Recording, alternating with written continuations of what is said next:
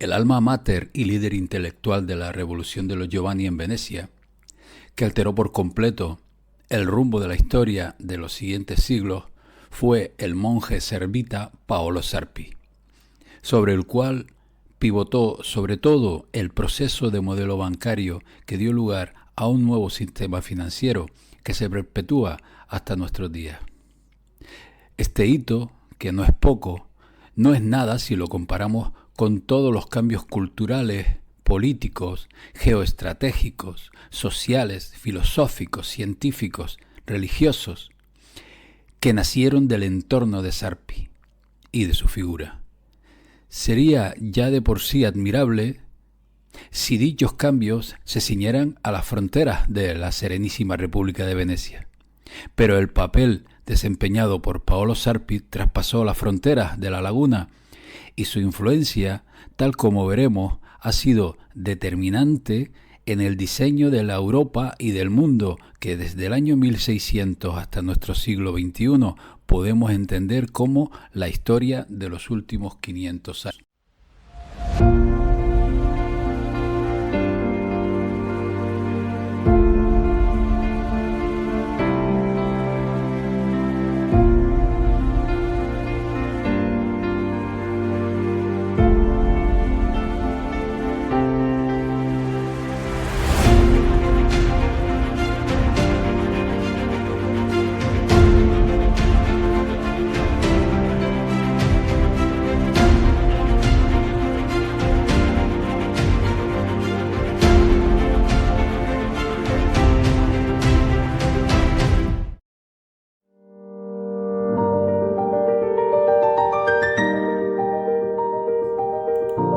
Sarpi fue excelso durante su trayectoria en la escena pública de Venecia, pero a la vez su vida anterior a su aparición como referente intelectual de los Giovanni está rodeada de una opacidad que al día de hoy desconocemos si casual o intencionada por parte del poder.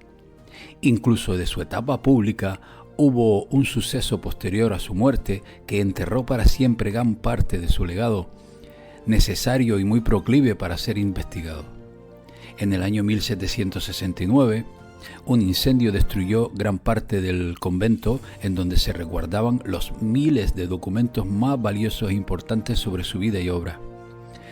De su particular legado, escritos solo quedaron unas 450 cartas, más que suficiente para detectar no solo sus conocimientos en ciencias como la física, matemáticas, astronomía, anatomía y fisiología, sino también la posibilidad de que Sarpi se anticipara a Harvey en su descubrimiento sobre la circulación de la sangre, siendo además el precursor del magnetismo.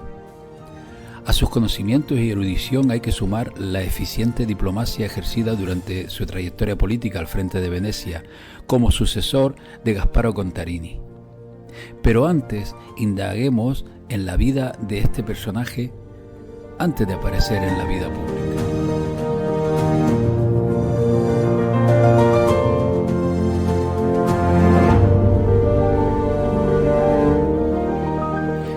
Según el estudioso de la Orden Servita, Odir Jacques Díaz, Pietro Sarpi nació en Venecia el 14 de agosto de 1552, hijo de Francisco e Isabel Morelli. El 24 de noviembre de 1565 vistió el hábito en el convento de Santa María de los Siervos, tomando el nombre de Paolo. De Paolo Sarpi fraile se puede, por lo tanto, hablar a partir de 1565. Año en el cual fue recibido al hábito de la religión de los siervos, hasta su muerte el 15 de enero de 1623. Como justamente observa Alberto Azor Rosa, que dice, hay un periodo en el cual su vida, aparte las legendarias, muy precoces manifestaciones de saber canonista y científico, entona perfectamente con la de cualquier otro miembro de la orden. Sarpi, además de ser un intelectual veneciano de primera grandeza, era también un religioso. Vestía la capa de una orden.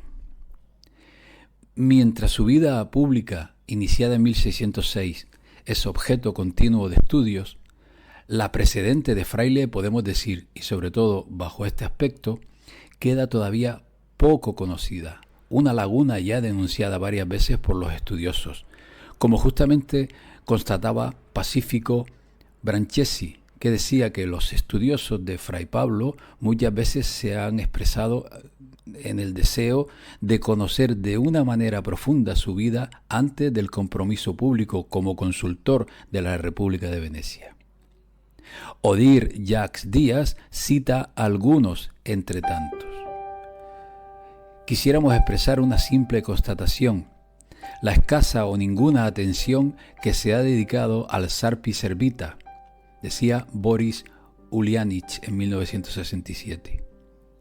Demasiado poco sabemos de este Sarpi, hasta que ya ha sido observado que si Fray Paolo hubiese desaparecido en 1605, aunque tenía más de 50 años, no hubiera dejado solo pocos vestigios de sí en pequeños códigos manuscritos, que desaparecerían rápido en un exiguo epistolario, de alguna memoria de su obra, en la Orden de los Siervos, en cualquier testimonio de estima de los contemporáneos, decía Corrado Ping en el año 2001 con reenvío a Alberto Azor Rosa. No obstante, los indudables progresos en el conocimiento de Sarpi llamado privado, es decir, aquel periodo antes de 1606, tenemos que tomar en acto que las lagunas tanto biográficas como en el plano cultural son todavía, bajo muchos aspectos, enormes y tal vez irrecuperables, decía Corrado Ping en el año 2001. Nuestros conocimientos sobre la biografía son completamente divididas entre una primera fase anterior al 1606, marcada por una escasez de informaciones que llevan con fatiga a suplir conjeturas, y en una segunda fase sucesiva a 1606, para la cual la actividad pública y el rol político aseguran una más fuerte red de informaciones, decía Vittorio Fragese en el año 2002. A la distancia de 4 siglos, la figura de Paolo Sarpi sigue presentando amplias zonas de sombra, decía Libero Socio en el año 2002. Sobre la primera parte de su vida, sobre la juventud y sobre la edad adulta, hasta los 54 años, sabemos relativamente poco. Ahora, los caminos para cubrir esta laguna que permanece hasta ahora son sustancialmente 2. Por un lado, documentos sobre Sarpi Fraile Servita, decía Giuseppe Trevi en el año 2002. Expone Jacques Díaz que Montagna y Branchesi han trabajado también en documentos o noticias del Archivo General de la Orden, encontrados en los últimos 30 años. Antes aún, aparte del ensayo de Ulianich de 1967 sobre el prior general Felipe Ferrari, algo había indicado Antonio Vicentini. Como dice el título de esta aportación, la atención va dirigida únicamente a la documentación presente en el archivo de la Orden. Una documentación escasa y a primera vista desilusionante en referencia a Sarpi. Es necesario, mientras tanto, subrayar que en dicho archivo no se encuentra ningún fondo documentario relativo a la Congregación de la Observancia, a la cual Sarpi pertenece hasta el año 1570, dada la unión de la observancia a la orden. No existe ningún registro, ni aquí ni en otra parte de la provincia de Venecia, instituida en 1574 con los conventos de la suprimida Congregación de la Observancia, ubicados en el ámbito de la República, mucho menos del periodo de Sarpi, y como consecuencia ni siquiera de su provincialato. No existe ya un registro de Sarpi como procurador general de la Orden. Los registros de los priores generales presentan evidentes lagunas en esta época. Faltan algunos para los años 1582, 1585 y en adelante, y aquellos que llegan hasta nosotros son a veces incompletos e irregulares en la transcripción de las actas. La situación es sólo en parte compensada por la meticulosidad con la cual Fray Giacomo Travanti ha organizado y redactado los registros de su generalato, incluida la reproducción de muchas actas de sus predecesores, con éxitos de buenos superiores a aquellos de otros registros semejantes. El archivo de la orden no conserva algún fondo documentario relativo específicamente a Fray Paolo Sarpi, mucho menos colecciones de escritos suyos en original o en copia. ¿Dónde se encuentra entonces esta documentación del Archivo General de la Orden sobre Paolo Sarpi? Con algún esfuerzo se podría responder: en ninguna parte o donde quiera. Continúa Jacques Díaz explicando que en muchos años de trabajo en el archivo he tenido la ocasión de tomar visión de toda la documentación del 500 al 600.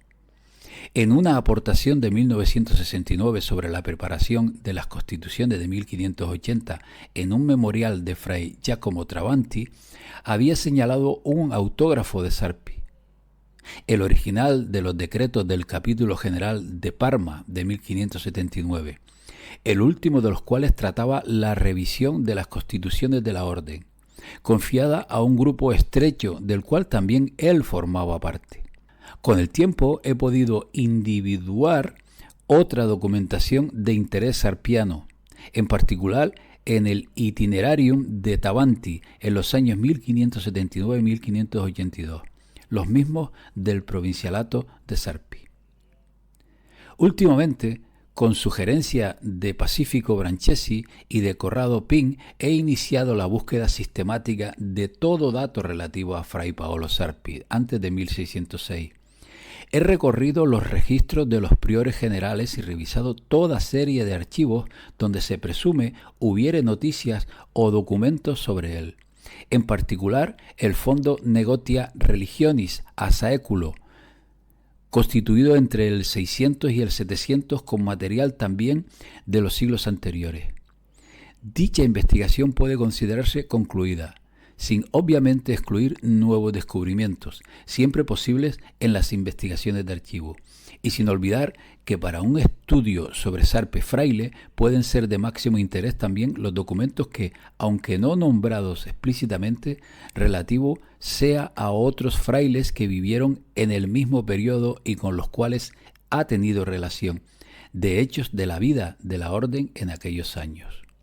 Tenemos, por tanto, a un personaje que cambió el rumbo de la historia en muchos aspectos, no solo políticos y económicos, sino también culturales, científicos y filosóficos, y sin embargo, nada relevante sabemos de su primer medio siglo de vida. Estamos, por tanto, ante una mente inquieta cuya trayectoria vital debió ser un manantial creativo, que debió dejar plasmado en algún lugar.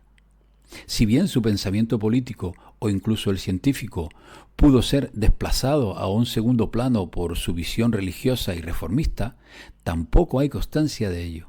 Por lo tanto, nos hacemos la misma pregunta que el investigador de los servitas Odir Jacques Díaz. ¿Dónde están los documentos sobre Paolo Sarpi fraile? No escribió nada, no plasmó sus revolucionarias inquietudes durante los más de 50 años que precedieron a su vida como representante público de un movimiento político en Venecia. Tenemos al personaje como líder intelectual y como opinión determinante de la facción Giovanni en la última década del siglo XVI y como referente de la diplomacia de Venecia hasta pasados varios años de su muerte.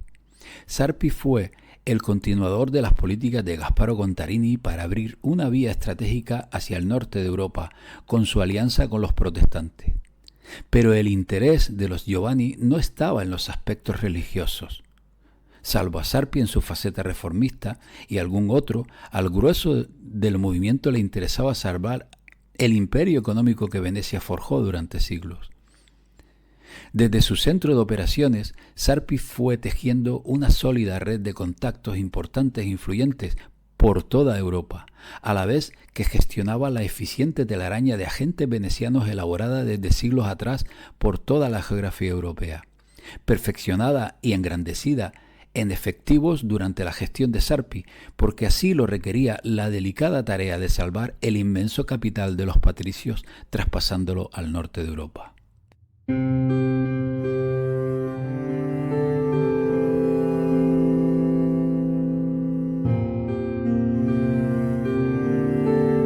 Para calibrar el alcance social y político de Paolo Sarpi, el consultor de la nobleza negra veneciana, Basta con ver sus contactos, su correspondencia y sus redes de amistades íntimas y de seguidores que se extendía por casi todas las cortes europeas, además de por los círculos científicos y por las principales universidades, incluyendo Ginebra, Leiden, Oxford y Cambridge.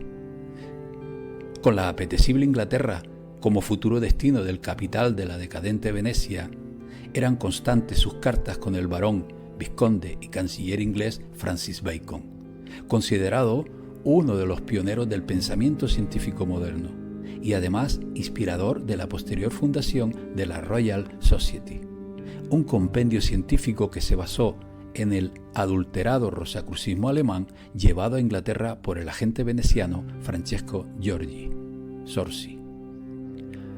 Para entender el posterior alcance y la influencia de esta Royal Society, basta con decir que es el origen de la actual ciencia, que se autodefine como empírica, cuya regla principal dicta que nada existe si no es demostrable, premisa emanada del pensamiento materialista de Paolo Sarpi, que inspiró a Francis Bacon. El famoso método filosófico de Bacon, de la inducción, en la comprensión de los ingresos de los sentidos al intelecto, se toma por completo de Sarpi, como es fácilmente demostrado comparándolo con la obra Pensieri de Sarpi, escrita muchos años antes. Otra familia de agentes venecianos en contacto permanente con Sarpi eran el futuro primer ministro Robert Cecil y William Cavendish y sus respectivas familias, ambos junto a Bacon al frente del influyente Venetian Party en Londres. Sí, el primer partido político inglés se llamaba Partido Veneciano. Otro aliado de Sarpi era el embajador inglés en Venecia, Henry Wotton, un adulador suyo que desempeñó un papel influyente en posteriores acontecimientos históricos relacionados con su país y Venecia, para decantar la balanza hacia la Serenísima. Wotton también jugó un papel importante en el reclutamiento y la organización del Círculo Proveneciano en la Universidad de Oxford. Otro contacto de Sarpi fue el filósofo Thomas Hobbes, que tradujo infinidad de cartas y visitó Venecia y Padua en 1614 para reunirse con Sarpi. De hecho, según Gregorio Baldin, profesor de Historia y Filosofía y autor de un libro sobre el método materialista de Hobbes y Galileo, Sarpi sirvió de inspiración para el desarrollo de la filosofía hobbesiana, cuyo impacto en las ciencias políticas modernas y contemporáneas fue muy notable. Hobbes admiraba a Galileo Galilei, al cual catalogó como el filósofo más grande de todos los tiempos. Otro influyente amigo fue Edwin Sandys, político inglés que se sentó en la Cámara de los Comunes en varios momentos entre 1589 y 1626. También fue uno de los fundadores de la propiedad Virginia Company of London, que en 1606 estableció el primer asentamiento inglés permanente en la que hoy es Estados Unidos, y el primero en llevar esclavos negros a sus plantaciones de tabaco. Sandys mantenía a Sarpi al tanto de los movimientos de oro españoles y de la flota holandesa. Un contacto de Sarpi a través del cual pasaban sus cartas a diversas universidades y a Países Bajos fue Isaac Casaubon, y su casa sirvió de lugar de paso para muchos viajeros dirigidos hacia Venecia para encontrarse con Sarpi. Fue también colaborador cercano de Joseph Scaliger, el religioso encargado, junto al jesuita Petavius, de reescribir y manipular la historia anterior a su siglo, la cual es base hoy día de la enseñanza universitaria, para adaptarla a los textos bíblicos. Philippe de Mornay fue un destacado líder calvinista graduado en Padua y asiduo a los Ridotti junto a Sarpi, y a su vez asesor del rey Enrique de Navarra. François Haussmann, abogado francés que trabajó como secretario del líder protestante Jean Calvin, que influyó en la subida al trono francés de Luis I de Borbón y mantenía constante correspondencia con Sarpi. Marco Antonio de Dominis, un profesor líder de matemáticas y teología en la Universidad de Padua e íntimo de Sarpi, que influyó en la distribución de su bibliografía por toda Europa y clave en la entrada de Sarpi en los círculos científicos británicos. Giovanni Diodati, un sucesor de Calvin, que colaboró con Venecia para relacionarla con Maurice de Nassau en los Países Bajos, que a través de Sarpi intentó sin éxito llevar a Venecia por el camino protestante, y sin embargo colaboró estrechamente con Sarpi. Especial mención merece el humanista, diplomático, abogado, teólogo, jurista, poeta y dramaturgo holandés Wijk de Groot, Hugo Grotius, por ser uno de los escritores más expertos en derecho internacional, fruto de las teorías del libre mercado de la Escuela de Salamanca y gran amigo de Sarpi durante muchos años, hasta el punto de describirlo como Paolo el Grande. Grotius influyó sobremanera en las aspiraciones venecianas por los Países Bajos. Otro ilustre de la Escuela de Salamanca, escuela financiada por bancos lombardos y que también abordaremos como clave del pensamiento materialista moderno emanado de Sarpi, fue Martín de Azpilicueta Navarro, amigo de Sarpi reconocido como el más importante de los economistas salmantinos. Y así hasta una interminable lista de contactos y amistades que mantenían a Sarpi desde su despacho en Venecia al tanto de lo que sucedía en todo el mundo.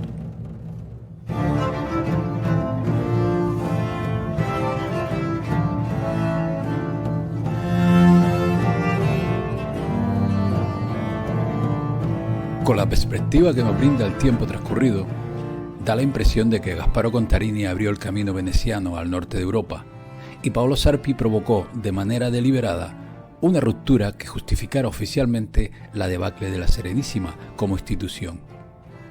Pese a que Venecia seguía siendo fuerte y la nueva faceta de la banca central privatizada triunfó, todo indica que los patricios venecianos supieron muy bien divisar la decadencia de su excepcional éxito casi un siglo antes de cuando América entró a formar parte del mundo conocido. Una serie de acontecimientos que enumeramos a continuación solo se entienden si damos por hecho que Sarpi y los suyos estaban más que capacitados para saber las consecuencias de sus actos. Veamos.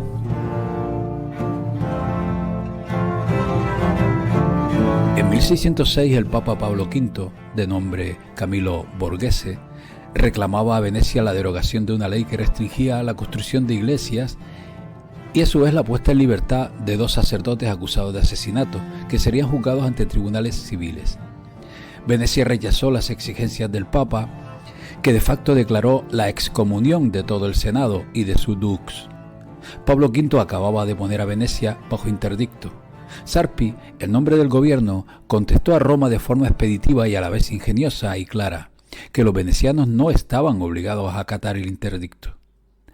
El Papa buscó el apoyo de España, que dominaba por entonces en la península itálica, amenazando con tomar las armas, pero Venecia logró el apoyo de Francia y amenazó con recurrir a los países protestantes a la confrontación, que no llegó a más porque el Papa hubo de ceder y negociar con Venecia, que entregó a los sacerdotes y se puso fin al interdicto. Venecia se reservó el derecho a juzgar a eclesiásticos ante tribunales civiles y la ira de Roma por negarse a Sarpi a comparecer ante la Inquisición derivó en un intento de asesinato por apuñalamiento en el cuello y en la cabeza. Pero se recuperó de manera sorprendente, porque ya lo daban por muerto. De la autoría nunca se supo, pero Sarpi siempre sostuvo que fue la curia romana. Hubo otros sicarios que intentaron acabar con la vida de Sarpi, premiados por Roma con tierras y pensiones en función de los servicios prestados. A Roma le enervaba también el trato que Sarpi dispensaba a sus mayores enemigos, los judíos. En más de una ocasión, Paolo Sarpi fue denunciado por los agentes de la Inquisición, debido a su contacto, no con el gueto, sino con relevantes judíos asentados en Venecia. En esta relación meramente interesada con el dinero, puede estar el origen de la posterior y por siglos relación entre los jázaros y los príncipes de la nobleza negra veneciana, que se perpetúa hasta nuestros días. En el año 1613, el Senado de Venecia pidió a Paolo Sarpi que escribiera la historia de la Inquisición, y 3 años más tarde, en 1616, la obra que más fama le dio por tratarse de una crítica enconada contra el Vaticano y sus políticas. Su historia del Concilio de Trento se entiende como el anuncio definitivo de la ruptura que ya todo el mundo sabía con el Vaticano y por extensión con la España aliada con el Papa de Roma. La obra, traducida al inglés, fue una dedicatoria de Sarpi al rey Estuardo Jaime I. Esta obra permaneció inédita en los países católicos hasta finales del siglo XVIII y fue muy restringida y limitada hasta después de la Segunda Guerra Mundial. El interdicto papal contra Venecia había despertado simpatías en el mundo protestante por ser la Serenísima un lugar católico castigado por Roma. Sarpi se convirtió en una especie de ídolo entre los libertarios europeos, siendo por entonces de los personajes más famosos y polémicos de toda Europa. El desafío veneciano despertó alegría entre calvinistas y luteranos. Uno de los más eufóricos fue el rey pederasta inglés Jaime I, llevando a la gente veneciano Sir Henry Wotton a proponer una alianza protestante donde se incluyera a la Venecia católica. Incluso el dux de los Giovanni, Leonardo Donna, amenazó con llevar a Venecia a la apostasía y herejía, y dijo: debe advertir al Papa para no hallarnos en la desesperación. Le dijo al nuncio papal, porque actuaríamos entonces como hombres desesperados. Se iba fraguando la idea de convertir a Jaime I al frente de una guerra contra el Papa, ideada por Sarpi, para alimentar la vanidad del degenerado reyesuelo inglés. Pero, aunque Jaime I se negó, Venecia siguió usando el interdicto como excusa para encender Europa, avivando pasiones entre católicos y protestantes, en una batalla que resultaría entre Venecia y los estados pontificios a la que acudirían fuerzas protestantes en apoyo de Venecia. En el fondo de la trama estaba la intención de Paolo Sarpi de poner a Europa patas arriba, mientras se hacía tiempo para que el gran capital de los patricios encontrara depósito seguro fuera de las lagunas de la Serenísima. Se estaba fraguando la Guerra de los 30 años, considerada por muchos como la Primera Guerra Mundial. Sarpi y la inteligencia veneciana fueron situando a sus agentes en los lugares más estratégicos. Así, en Alemania se descubrió en 1875 correspondencia entre el príncipe Christian von Anhalt, organizador en el año 1608 de la Unión Protestante, y Paolo Sarpi. Un año después se creó, con apoyo español, una liga católica bajo el amparo de Maximiliano de Bavaria.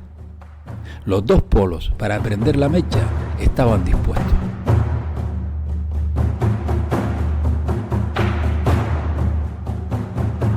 En el año 1615, Venecia emprendió una contienda de fronteras contra Austria que se llamó la Guerra Archiducal, y para defender sus fronteras del Imperio Otomano. Los Habsburgo austriacos utilizaron a unos refugiados de los Balcanes llamados uzkoks, que ejercían de corsarios contra navíos turcos y venecianos, pero por razones económicas Venecia recurrió a fuerzas de tierra que pusieron fin al conflicto. Algo gordo se estaba gestando en Europa. Un estudio contemporáneo de Geoffrey Perker en The 30 Years' War detectó la organización veneciana en este conflicto. Decía: la guerra Uzkok fue uno de los episodios más raros del más temprano siglo XVII.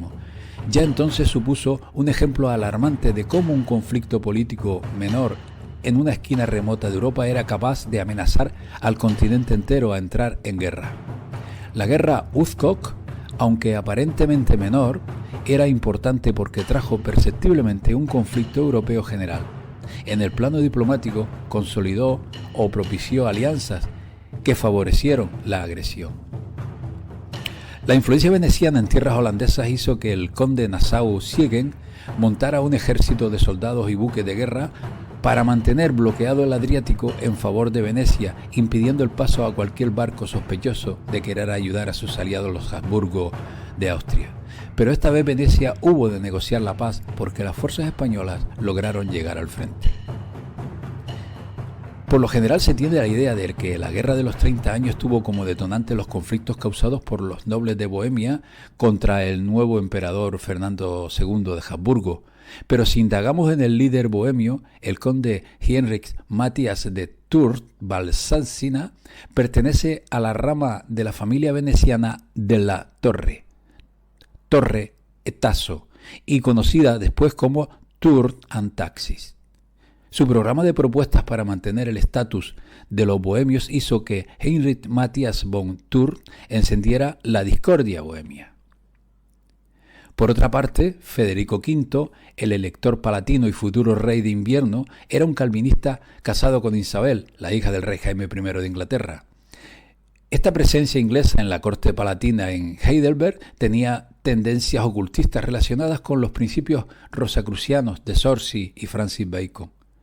El elector estaba aconsejado siempre por los amigos de Sarpi, Christian von Anhalt y Christopher von Dohna.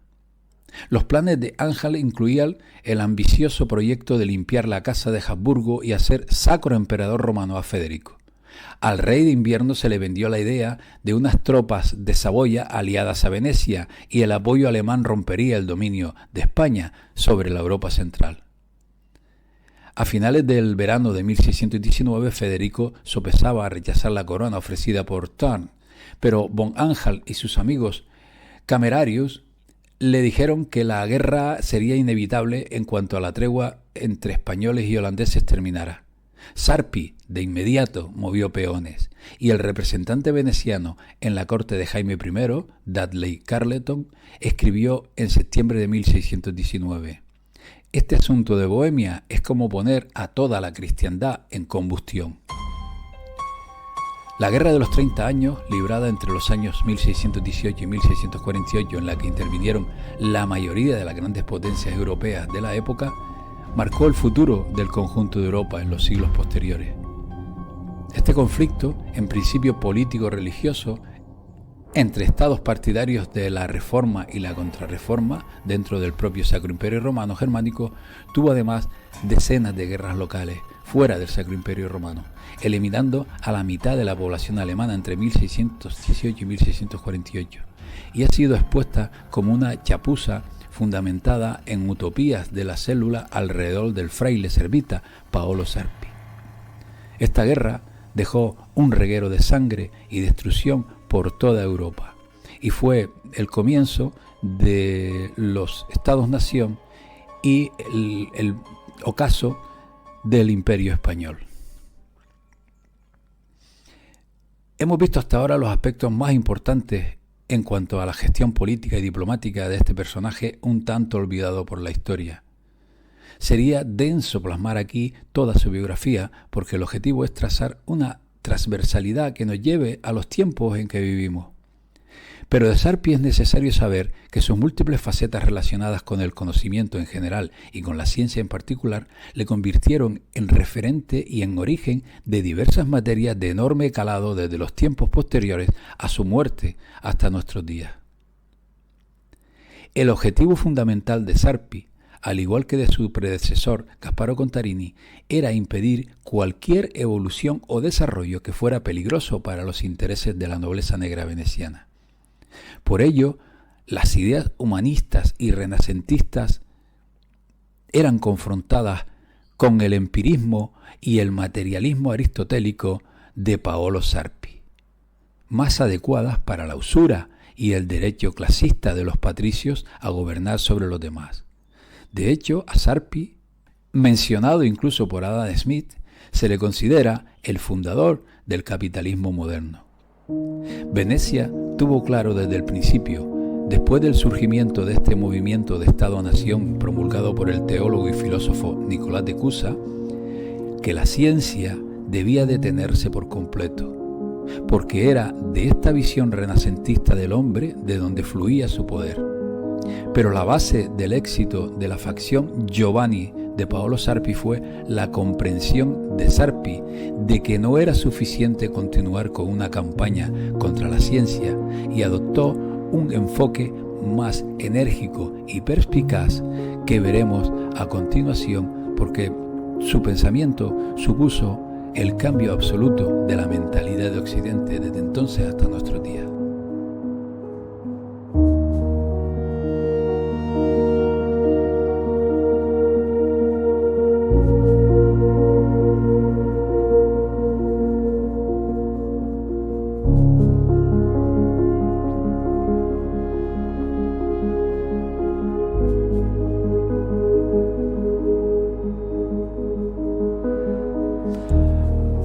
Paolo Sarpi sabía que los viejos mecanismos de control social no podían salvarse.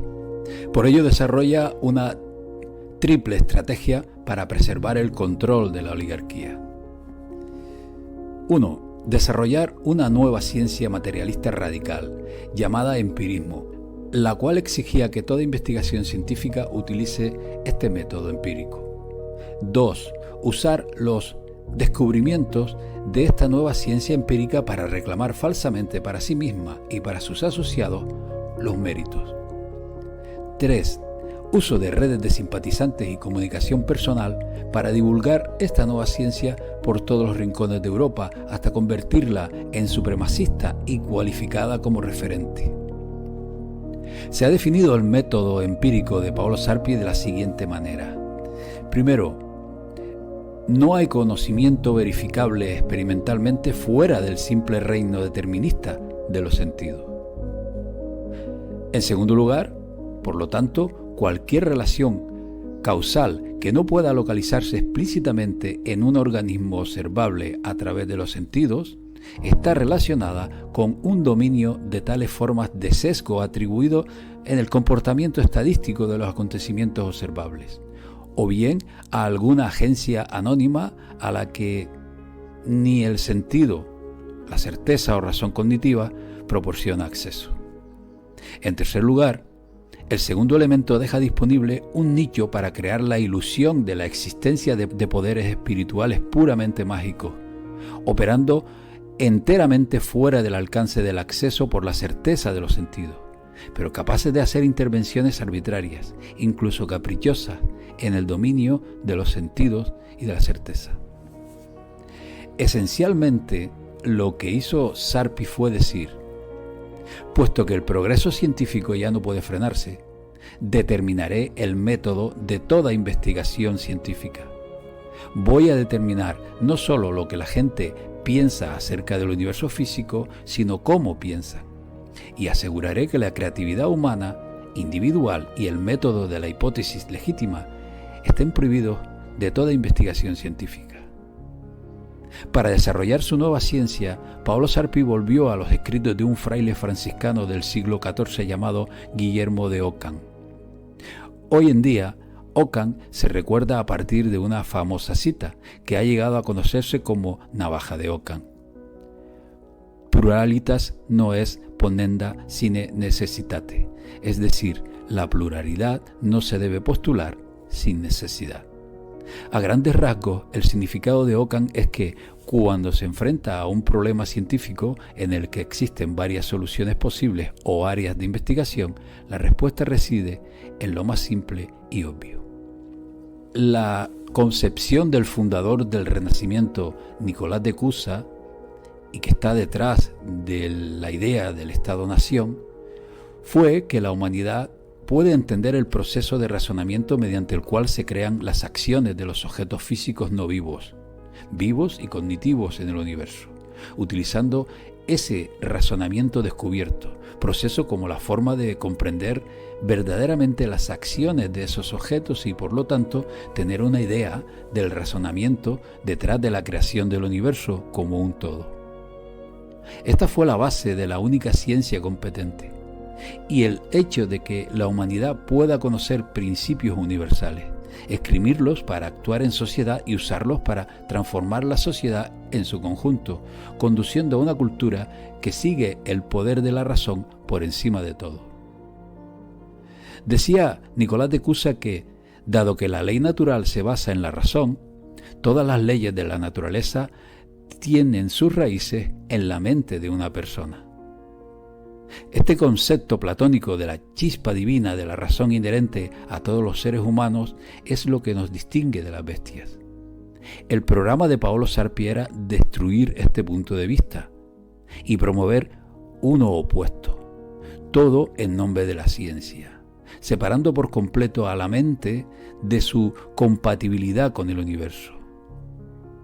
Esto se logró en 3 pasos.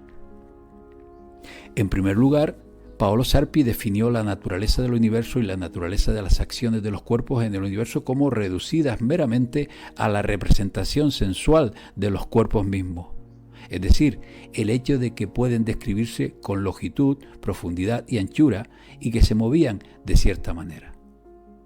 El paso siguiente fue definir cómo se relacionaba el hombre con ese universo infinitamente aburrido y extenso, y se basó entonces en El hombre de la naturaleza de Paolo Sarpi. Como el universo de lo invisible no existe, la mente del hombre de Paolo Sarpi no tiene ideas, sino que solo considera sensaciones. Por tanto, Sarpi afirmaba que la razón es inexistente. Y decía, distinguimos entre nuestros sentidos y nuestra razón solo para poder deslindarnos de la responsabilidad de nuestros actos. De esta manera se elimina toda conexión entre las percepciones de los sentidos observadas por la mente y la mente misma, en efecto, separando los sentidos de su propio origen subjetivo, en el que reside el poder de la hipótesis. En tercer y último lugar, dado que la humanidad solo puede esperar este tipo de leyes en un universo que no contiene ni consta de universales en absoluto, Sarpi definió al creador de tal universo como poderoso, pero no necesariamente razonable, y el creado y la creación misma incognoscible. Por lo tanto, sin que el creador preste asistencia, todo el entramado de teoremas de Sarpi cierra el círculo. La humanidad no puede esperar descubrir la razón de nada creado ni cómo funciona. Y dado que no había nada que el hombre pudiera intentar descubrir para sí mismo o para la posteridad, Sarpi explicó que la orientación futura, una clave para el compromiso de la humanidad con la continuidad del descubrimiento, era simplemente una pérdida de tiempo irracional, ilógica e irrelevante para la existencia del hombre. El sabio, escribió Sarpi, simplemente vive en el presente, como un animal o un baby boomer en el Congreso, y sabe que no hay verdades, solo opiniones, todas tan buenas como las otras. Sed degenerados, dice Sarpi, no sigáis la opinión que lleva el título de verdad, sino la opinión que lleva el título de placer o utilidad. Este es el modelo empirista moderno. Definir los objetos de los sentidos, hacer que se muevan pero sin saber cómo, solo leyes que describen sus movimientos. Por tanto, la percepción de los sentidos se considera verdad evidente, principios y causas inexistentes, el universo irracional. La mente no considera su propia capacidad para detectar los principios rectores de los procesos físicos que le darán o le darían un mayor poder. En realidad, nada fue descubierto por este método. De hecho, condujo a tantos descubrimientos reales como los que realmente hizo Galileo Galilei, es decir, ninguno. Sarpi logró popularizar su propio sistema filosófico construyendo un arquetipo para su modelo consistente con la usura veneciana, a través de Galileo Galilei, que fue formado por los jesuitas. En aras de convertir a Galileo en una estrella, Sarpi y sus redes lo plagiaron. La lista es impresionante. Por ejemplo, Da Vinci y Zacharias Jensen fueron los inventores del telescopio de Galileo. Giovanni Francesco Sagredo fue el verdadero inventor del termómetro de Galileo. Santorio Santorio y Filippo Salviati, los verdaderos productores de los pesos y la mecánica de Galileo. Johann Kepler y Simon Marius, los verdaderos descubridores de las lunas de Júpiter y la nueva estrella de Galileo. Baldassare Capra, el verdadero inventor de la brújula del geómetra de Galileo. Christopher Schneider fue el verdadero descubridor de las manchas solares de Galileo. De Dominis desarrolló la teoría de las mareas atribuida a Galileo. Todo esto y mucho más se le pasó a Galileo, quien tomaría la imagen de un verdadero científico, y Galileo transmitiría los plagios como suyos a través de la lengua de la filosofía de Sarpi, como si fuera este nuevo método del pensamiento de Sarpi el responsable de los descubrimientos. Cualquier resistencia a la dictadura patrocinada por Galileo sobre la ciencia se encontró con todo el peso de las redes políticas de Paolo Sarpi. En resumen, La idea de Sarpi, que serviría como base para la existencia futura del sistema veneciano, fue encontrar una manera de mantener el nombre de ciencia, pero eliminando la parte del descubrimiento, mientras se hacía pensar a la gente que era lo mismo, y al impedir que se produzcan descubrimientos a través de este método, la vitalidad y el sentido de la ciencia serían destruidos desde dentro. No se concibe un nuevo sistema sin inculcar en la población ideologías, creencias y culturas. De hecho, ya se venía fraguando desde la época de Gasparo Contarini antes expuesta, pero no era suficiente. Había que contrarrestar el exitoso poder de captación de las órdenes religiosas y de caballería católica con nuevos instrumentos de atracción hacia el nuevo modelo y que además estuvieran dotados con similares características. Crece el enfrentamiento filosófico entre el humanismo de Nicolás de Cusa y el materialismo de Sarpi y Venecia. Pero el pensamiento empirista y aristotélico de Venecia en general y de su representante Pablo Sarpi en particular fue calando en posteriores referentes intelectuales y científicos, tales como Hugo Grotius, John Locke, Descartes o incluso Adam Smith y muchos más. Por ejemplo, el trabajo matemático de Descartes era una continuación de los métodos empiristas de Sarpi y Galileo. El universo de Descartes es de extensión lineal en un vacío infinitamente extendido, un universo sin singularidades. La influencia de la muy veneciana Royal Society de Londres en el mundo anglosajón fue un pilar fundamental en el nacimiento del Imperio Británico. Un ejemplo del pensamiento filosófico y de la batalla intelectual por la generación de ideas que luego se convirtieron en modelos de sistema y de política fue la Escuela de Salamanca. Se tiene la idea generalizada de relacionar a esta escuela con las bondades del Imperio español de aquellos tiempos. Lo cierto es que España atravesaba por una crisis debido a la bancarrota del reinado de Felipe II, siendo bancos de Augsburgo, Amberes y Génova en manos de familias de la nobleza negra como los Doria o los Spínola, todos ellos bajo control del por entonces Fondo Monetario Internacional Veneciano, quienes financiaban dicha escuela. Cuna de un liberalismo contrario, sin embargo, a los intereses monopolistas hispanos, que, siendo cierta la concesión de derechos a los indígenas del Nuevo Mundo, lo cierto es que acordaron perdonarles la vida, concederles el derecho a vivir siempre y cuando no fueran obstáculos para la expropiación de riquezas. Una vez expuestos estos datos, a continuación queda la respuesta a criterio de los espectadores. Veamos. En el año 1526, el erudito dominico español Francisco de Vitoria fue nombrado presidente de teología en la Universidad de Salamanca por 20 años. Creó bajo su dirección un vasto equipo de diversas materias como teología, economía, derecho natural y jurisprudencia. Nace así la citada escuela. Su influencia fue de tal calado que durante el siglo XVIII fue referente, escuchen bien, en el mundo protestante. Y la figura de Francisco de Vitoria es honrada hasta el punto de que la Organización de las Naciones Unidas lo homenajea con la sala del Consejo de Palacio de las Naciones de Ginebra que lleva su nombre.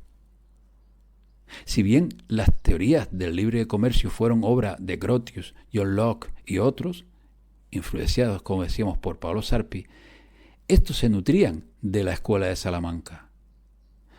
Sostener esta hipótesis no es suficiente con una mera reseña, por ello veamos los perfiles de Vitoria y de sus discípulos. Francisco de Vitoria fue un filósofo y teólogo dominico muy próximo al emperador de los Habsburgo, Carlos V, y confidente de su hijo Felipe II en unos años de rápida expansión del Imperio español. Salamanca se convirtió en la propaganda y la teoría del imperio, elaborando códigos de derecho que justificaran el nuevo colonialismo. Sus obras, De Indis et de Ivre Belli, Reflexes y Iuri Belli, Hispanorum, se centran en la propiedad, los derechos y la guerra justa. Sobre Vitoria tuvo influencia el obispo de Ávila, Alfonso de Madrigal, cuyas obras fueron publicadas, cómo no, en 1596 en Venecia. Madrigal fue muy prolífero escribiendo sobre la guerra justa y decía: en una guerra justa, todo lo que un hombre puede incautar se convierte en propiedad de su captor, ambos por ley divina y la ley de las naciones. Y es solo matar en una guerra justa. No hay nada que no pueda ser forjado al enemigo. las guerras son justas cuando se realizan en orden para reparar las lesiones, la restitución de la propiedad o la recompensa por los errores que se realizan. Vittoria, influenciado por Madrigal, elaboró una completa teoría de derecho internacional donde se justificaba la explotación de los pueblos autóctonos, rechazando esclavizar a las poblaciones no cristianas. Sin embargo, a su vez, Vittoria se valió de la ley romana para defender una esclavitud basada en derechos de propiedad. Vittoria se preguntaba, ¿qué se puede hacer en una guerra justa? Y su respuesta es, todo lo necesario para recuperar la propiedad perdida y su valor. A su vez, Vittoria afirma que el tener propiedades están vinculados a las restricciones de la ley de las naciones, jus gentium. Por tanto, deben cumplir con ciertas libertades universalmente reconocidas, incluida la libertad de comercio y las fronteras abiertas. La ley de las naciones requiere a los indios, entre comillas, para permitir el comercio libre y están obligados a compartir con España la propiedad que tienen en común. Si los indios infringen estos derechos, a los españoles se les permite la guerra justa sobre ellos, incluidos el consumo de sus tierras y posesiones, entregándolos a la esclavitud y las reparaciones exigentes. Fernando Vázquez de Menchaca fue inspiración para el filósofo empirista inglés John Locke, influido a su vez por Paolo Sarpi, casi un calco. Para Menchaca, la vida y los intereses privados tienen prioridad sobre el Estado y este sirve para su protección. Vázquez justifica sus puntos de vista con la afirmación de que todo fluye desde el concepto de que el hombre está hecho a imagen de Dios. El hombre posee dominio en su naturaleza. El comando para perseguir dominio, hecho en Génesis 1, fue un mandato para tomar posesión de partes de la naturaleza. Al hacer esto, el hombre expresa su libertad y actúa a imagen de Dios. La propiedad es esencial para la cultura humana. El poder de la sociedad se basa en el individuo humano, propiedad.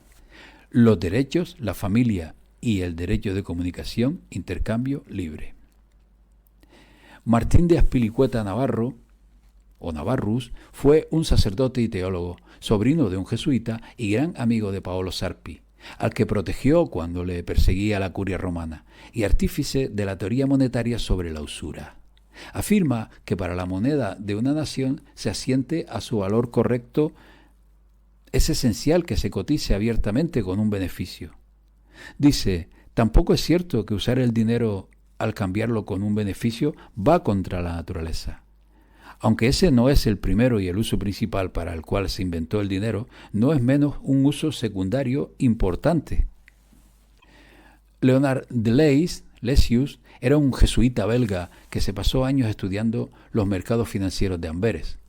Sus escritos fueron altamente influyentes y su trabajo principal, Justitia et Jure, pasó por 40 ediciones en Amberes, París, Lyon y Venecia.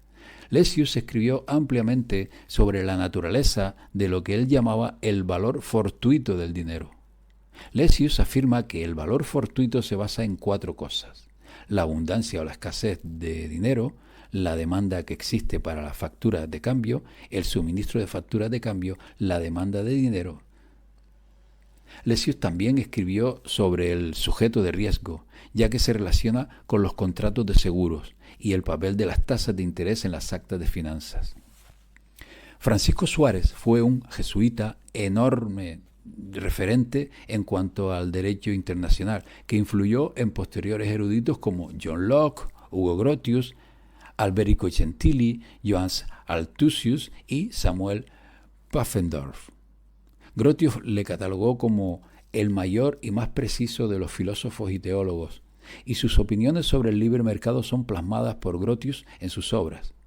Sus escritos se centran en la cuestión del derecho internacional y desarrolla una distinción entre la ley de las naciones y una visión pluralista del derecho consuetudinario local, que está arraigado en el instinto.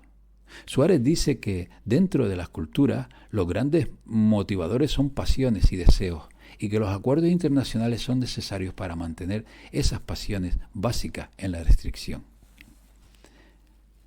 La influencia de los sarmantinos caló en gran parte en John Law, François Quesnay y Adam Smith, en los cuales se puede encontrar en sus escritos sobre la teoría económica.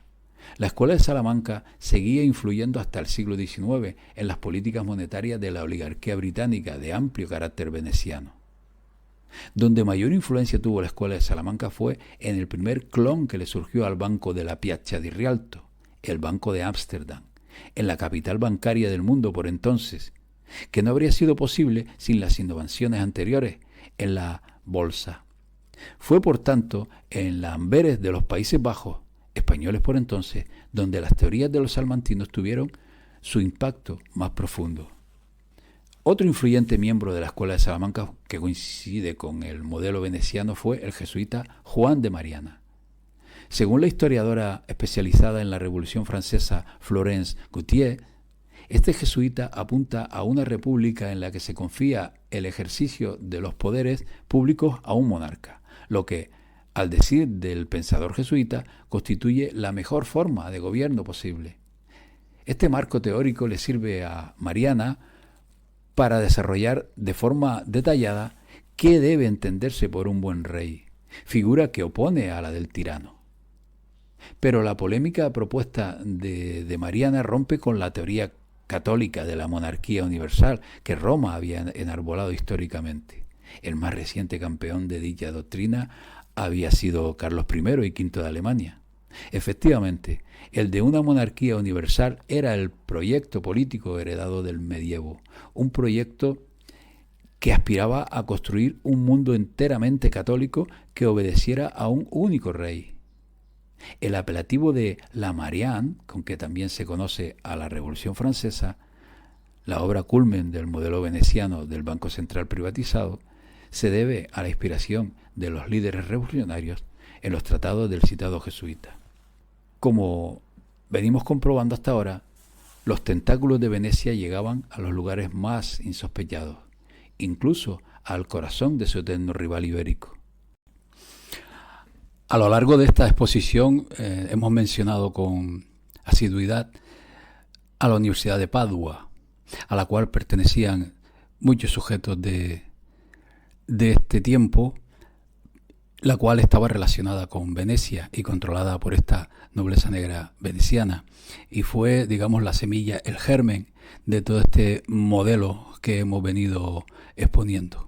En general, cada uno de nosotros es el resultado de las ideas emanadas de sujetos como Paolo Sarpi y los mencionados como influenciados por el veneciano. Es la cultura que vamos adquiriendo. Conviene recordarlo porque surge la incógnita en cuanto a qué mundo, qué tipo de individuo y de sociedad tendríamos hoy día de haberse impuesto la filosofía más humanista, acompañada de un sentido trascendente que la materialista civilización actual adolece. Y cabe preguntarse quién era este sujeto. Paolo Sarpi. ¿Era un solo sujeto? Seguro que no, porque cuanto menos estaba respaldado por el Senado veneciano y por la clase patricia veneciana. Pero surge la duda, ante tanta brillantez hacia lo oscuro, ¿había alguien más detrás de todo este entramado? Es la incógnita que nos queda.